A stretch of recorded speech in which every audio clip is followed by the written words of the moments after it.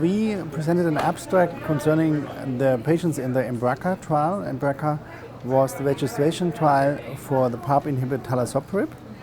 And what we did is we investigated the effectiveness, the outcome of the patients relative to the prior chemotherapy lines the patients had before they entered the trials. We found out that irrespective of the line of chemotherapies which were given before patients entered the trial, that talazoparib did benefit the patients. There was an effectiveness in terms of response rate, duration of response, PFS, irrespective of whether they had one line of chemotherapy before or two or even more than 2 lines. That basically was the result.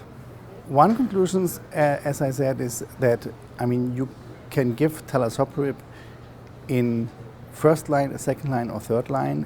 In all the lines people will benefit, but it is also very important that in the first line therapy it is the most effective therapy line, so it's to be given early. That's probably the best thing to do. And the other thing is that in all these situations it was superior to chemotherapy, so this is an important message. And another message is also that toxicity did not differ between the lines, so it's not an agent which gets more problematic in terms of safety or toxicity the further on you get in therapy.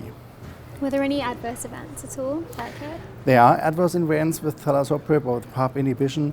It's mainly hematological AEs like bone marrow suppressions, anemia, neutropenia and thrombocytopenia. That's the main kind of side effects we experience with talazoparib.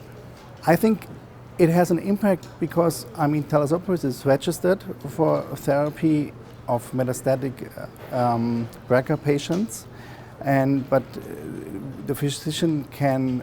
It is registered for several different lines of therapy. So the impact on standard of care would be that we should try to give talazoparib in the early line because this is the most effective line where it is most effective. And on the other hand, if you do have patients who had not have PARP inhibitors but already had 1 or 2 lines of chemotherapy, it's still safe to give it and it's still effective.